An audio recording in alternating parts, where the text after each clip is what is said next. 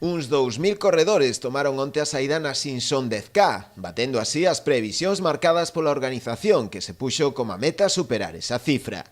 O bo tempo axudou tamén ao bo desenvolvemento da proba, que transcorreu sen incidencias.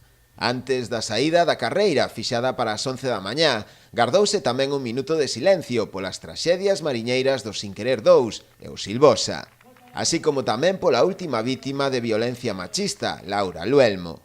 Foi a nota solidaria dunha proba que dende un primeiro momento estivo dominada por un pequeno pelotón de corredores, entre os que se atopaban o olímpico Carles Castillejo, Nuno Costa e Alejandro Fernández.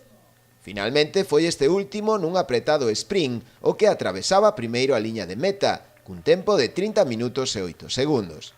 En segundo lugar entrou Nuno Costa, a tan só un segundo, e de terceiro Carles Castillejo, a 6 segundos do gañador.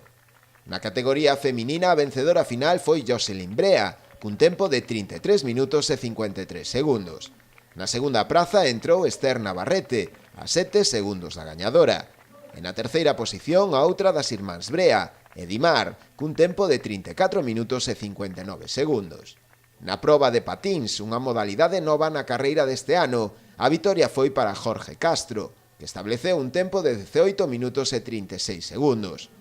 A madrileña Ana Pérez acadaba o primeiro posto na categoría feminina, cun tempo de 26 minutos e 53 segundos.